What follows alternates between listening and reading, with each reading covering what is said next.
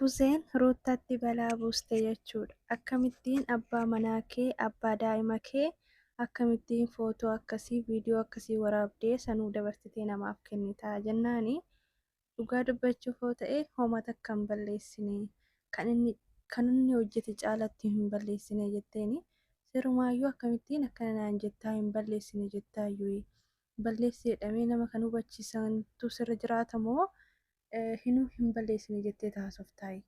Ani hanga har'aatti si cinaa dhaabbachuun koo waan dhugaa qabduufi waan dhugaan si harka jiruufi garuu immoo bakka dhugaa si harka hin jirretti si cinaa dhaabbachuu hin danda'u. Ani hanga har'aatti bakka kamii si biraa hafee beeka. Bakka rakkattetti bakka waan hundattuu si cinaan jira siin jedhe akkasumas immoo si cinaattis argame. Akkamittiin kanaan naa deebisuu dandeesse? Maaliif na sobde? Durumaayyuu karoorri kee kanaadhayi.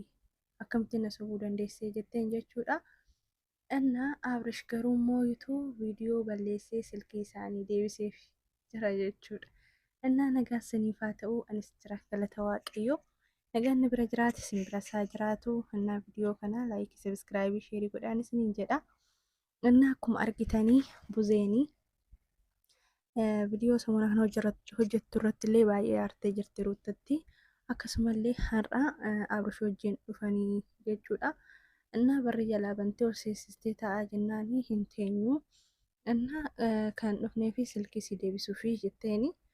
Innaa akkas taana shaggaadhatteeni saniirraan kan wal qabate. Sanirraa kanaaf immoo si wajjinis waan tokko haasa'uun barbaade jetteen jechuudha buzeenii ruuttadhaani. Akkamittiin abbaa manaa kee, abbaa daa'ima keetii viidiyoo akkasii, footoo akkasii waraabdaa? Sanirraan immoo dabarsitee nama biraatiif kennuu dandeesse jennaani. Maal badii qabamoo jette? Akkamittiin akkana jetta? Badii miti moo kuni? Akkamittiin viidiyoo akkana abbaa manaa kee, abbaa daa'ima keetii namni guyyaa tokko wajjin nyaataniyyuu wanta akkanaa namarratti hin raawwatamu. Of bira dabarsitee nama biraatiif laachuun kee kaleessa daaniin jireenya keessan maal gochaa ture? Sana osoo beektu har'a akkamittiin viidiyoo isaa dabarsitee itti kennita? Abbaa manaa ofii akkanatti deeffatanii? Dubartiin akkanatti deeffattee abbaa manaa ofii? Waan meeqa jedhee si gorsaa ture? Akka obboleettiitti si cinaa dhaabadhe. Ma'anii tasumallee waan Abrish badii hojjete irratti guyyaa takka Abrish hin deeggaree hin beeku. Guyyaa kamuyyuu immoo si cinaa dhaabee hin beeku. Akka obboleettiitti akka waan hundaatti sin gorsa si cinaan dhaabadha. Dubartii waan taateef waan miidhamteef jedhee waan dhugaa qabduuf jedhee har'a immoo sababa dhugaa hin qabneef yookaan immoo sababa ati balleessaa hojjetteef si cinaa dhaabbachuu hin danda'u. Baga gootis hin jechuu hin danda'u. Kun immoo kabaja maatii kan tuquudha. Kabaja maatii kan tuquudha. Akkamittiin gammadduu taata'eeti miidiyaa irratti viidiyoo kana gadhiiste? Gammadduudhaati jette. Maalan balleesse? Innoo kan hojjete kana meeqa? Kuma tokko hin hojjenne. Ani akkasittiin miidhamaa ture maal jechuudha? Har'aanii badii takka hojjedheef akkamittiin akkana naan jechuu dandeesseena? Kuma tokko jechuun hoo ta'ellee ani isaa saniini Abrishiidhanii wanti hin goone hin jiraayi. Viidiyoo duubattis beekta, viidiyoo durattis beekta. Waan ani isa gochaa ture. Maaltu natti hafe? Lolaan hin turre.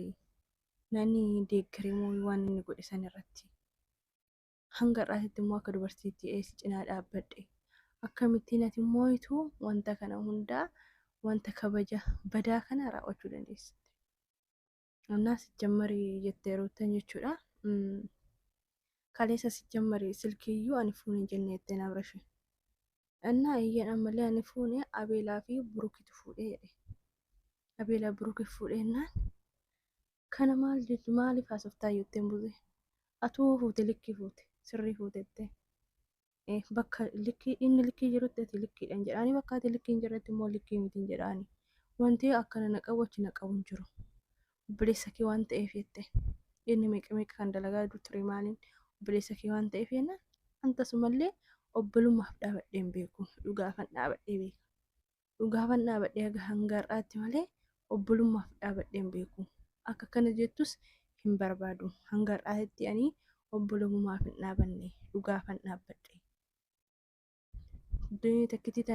Takkitii tana balleessadhaaf akkamittiin akkana jetteetteeni takkitii tana osoo hin taane baay'ee balleessiteetta siin jedheen jira.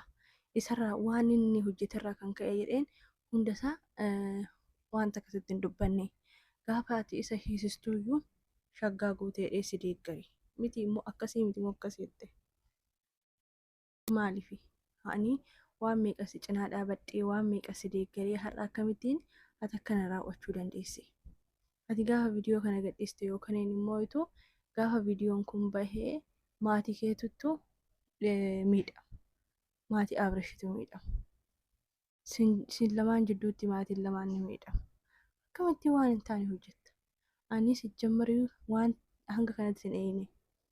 Wanta gadi bu'aa qaanii guddaa kana inni hojjetta jedhee tasumallee sirraa eegeen beeku. Akkas jaaladhu akkas kabaju ni beekta. Baay'ee si jaaladha baay'ee si kabaja. Kanarraa kan ka'e waan hunda si cinaa ture. Garuu immoo haala kanaaf si deeggaruu hin danda'u. Roottan akka nama ba'uutu kan goggodhattee xiqqoo ani kalee har'a kana hojjedheedhaa fi namoonni zuura kiyya jiranii narraa natti garagaranii akkas jajjatta jechuudha. Maaliin balleessin dhugaa dubbachuudhaaf hin balleessin.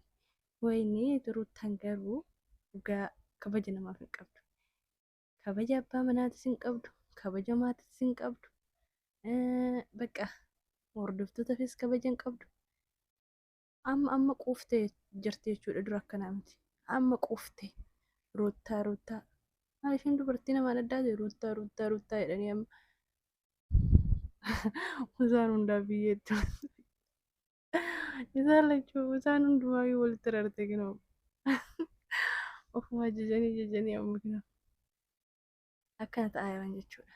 Kanaafuu immoo ani viidiyoo hundasaatu balleesseera.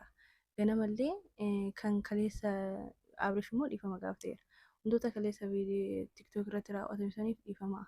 Wantoonni tokko osoo yaadiin akka taasistu si godhantu baay'eetu jira. Sanirraa kan ka'e jaaladhee miti dhiifama jedhee jechuudha. Innaa sanirraan kan hafe immoo Roottanii sababa daaniitiif osoo waa'een koo isheen hasaabsin waa'ee daaniitiif hasaabdee akkamittiin dabadabdaa akkamittiin silkirraa fuutettee ganama natti dawwalte. Anaaf si dhiisitii haadha